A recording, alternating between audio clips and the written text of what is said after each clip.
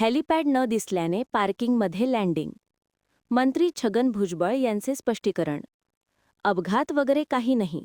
आम्ही सुरक्षित बाहेर आलो आहोत. काळजी करण्याचे कारण नाही. फक्त हेलिपॅड न दिसल्यामुळे हेलिकॉप्टर कार पार्किंगमध्ये उतरले असल्याची माहिती मंत्री छगन भुजबळ यांनी दिली. पाहूया ते काय सांगतात. तर आज 199वी जयंती आपण महात्मा फुलेंची साजरी करतोय. काय भावना आहेत तुमच्या? असं आहे का,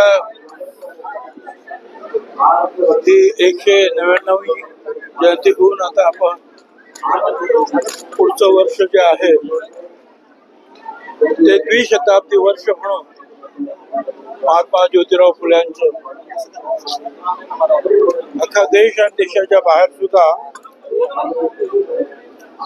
साजरा करणार आहे. विशेषतः देशाचे प्रधानमंत्री मोदी साहेब यांनी सुद्धा जाहीर केलं की भारत सरकारतर्फे आम्ही ही द्विशताब्दी साजरी करणार आहोत. त्याचप्रमाणे फडणवीस यांनी सुद्धा सांगितलं, कमिटी वगैरे त्यांनी नेमली, भारत सरकारने सुद्धा त्यासाठी कमिटी नेमली आणि त्याद्वारे जे आहे त्यांनी सांगितलं की आजपासून वर्षभर वेगवेगळे कार्यक्रम. आज खानवडीला जे आहे महात्मा ज्योतिराव फुल्यांचं जन्मगाव, तिथे एक अतिशय सुंदर शाळा बांधण्यात आली. त्याचं उद्घाटन मुख्यमंत्र्यांनी केलं आणि तिथून या कार्यक्रमाला सुरुवात केली. कारण शिक्षण बाकीच्या तर गोष्टी होत्याच, अछूतपणा दूर करणं, शेतकऱ्यांना त्यांचे हक्क काय, त्यांचं कर्तव्य काय, शेतकऱ्यांच्या आसूडमधून सांगणं, गुलामगिरीतून जे आहे लोकांना कशी गुलामी सहन करावी लागते आणि ती का करावी लागते, या सगळ्या गोष्टी ज्या आहेत त्यांनी सांगितलं. पण शिक्षण जे आहे त्या बाबतीमध्ये त्यांनी जास्त लक्ष दिलं सावित्रीबाई फुले आणि त्यांनी, आणि म्हणून तिथे पहिली अतिशय सुंदर शाळा जी आहे ज्योती सावित्री शाळा कानोडीला सुरू झाली. आणि आता वर्षभर जे आहेत वेगवेगळे संस्था कार्यक्रम करतील, सरकार कार्यक्रम करेल, देशभर हे कार्यक्रम सुरू राहणार आहे. आज आपलं सौभाग्य खरं तर चांगलं म्हणावं लागेल, नशीब म्हणावं लागेल. एक अपघात होता राहिलाय. काय नेमकं सगळं घडलं होतं? अरे काही अपघात वगैरे काही नाही आहे.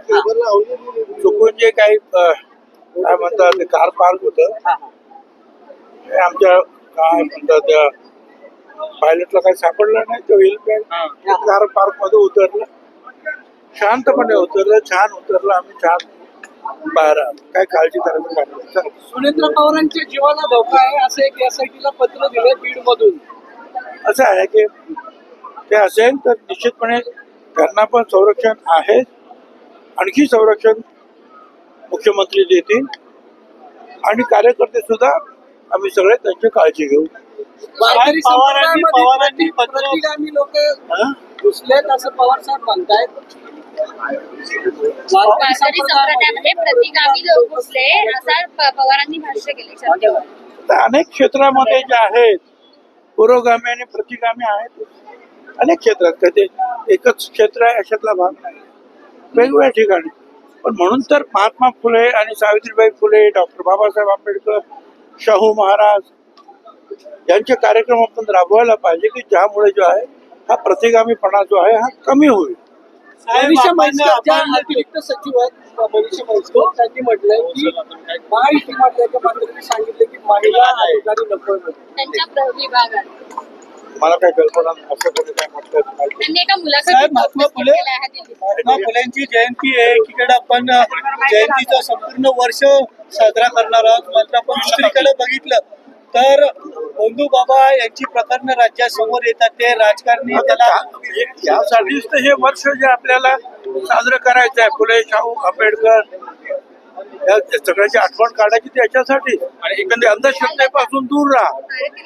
आपले लोक जर अंधश्रद्धेपासून दूर राहिले तर हे बाबा निर्माण होणारच नाहीत ना. पण राजकारण्यांना काय सांगितलं मोठ्या प्रमाणात सगळ्यांसाठीच आहे. महात्मा फुले, शाहू आंबेडकरांचं तत्वज्ञान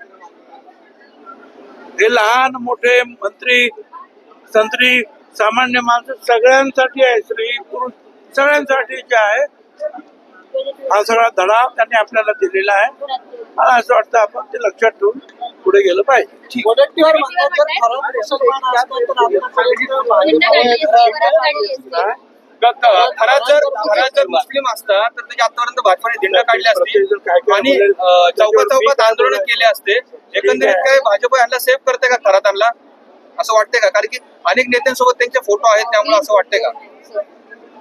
हे बघा आता माझ्या भोवती सुद्धा असे अनेक लोक उभे आहेत. कोण काय आम्हाला काय माहिती असतं. असे कोण बाबा लोक पण आले, आपल्याला वाटतं साधू आहे, संत आहे, नमस्कार बाबा. म्हणजे काय तो माणूस जो आहे तो काय त्याच्या दुष्कृत्यामध्ये काही सामील झालेला नाही. पण हे फोटो मग असे दाखवले जातात, पण त्याच्या दुष्कृत्यामध्ये ते सामील आहे.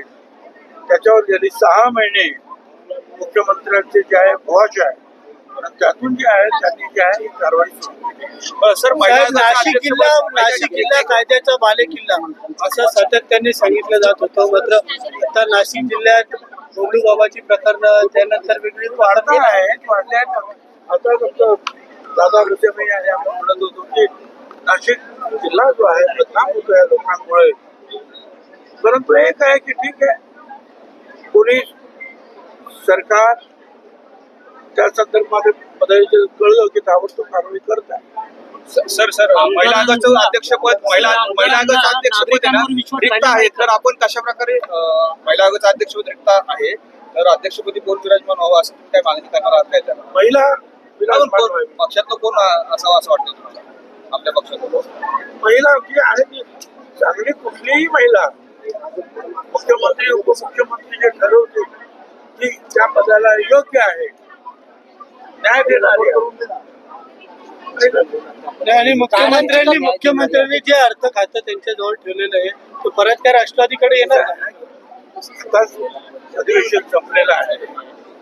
त्यातले जे आहे अर्थ खात्यामध्ये निर्णय जे आहे त्याची पूर्तता म्हणजे आहे.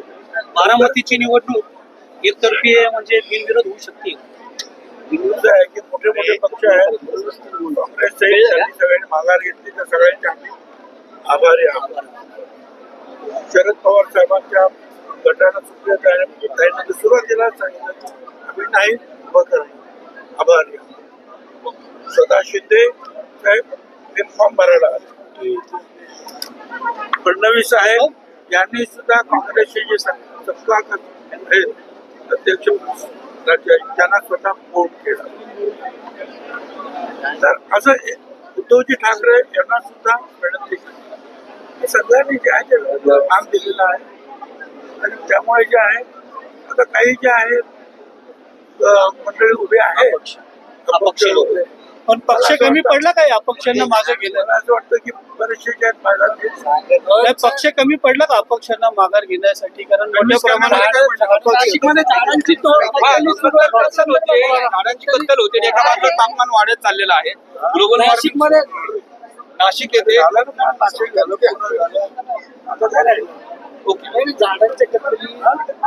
कत्तली सुरू आहेत कुंभमेळ्यासाठी नाशिकमध्ये.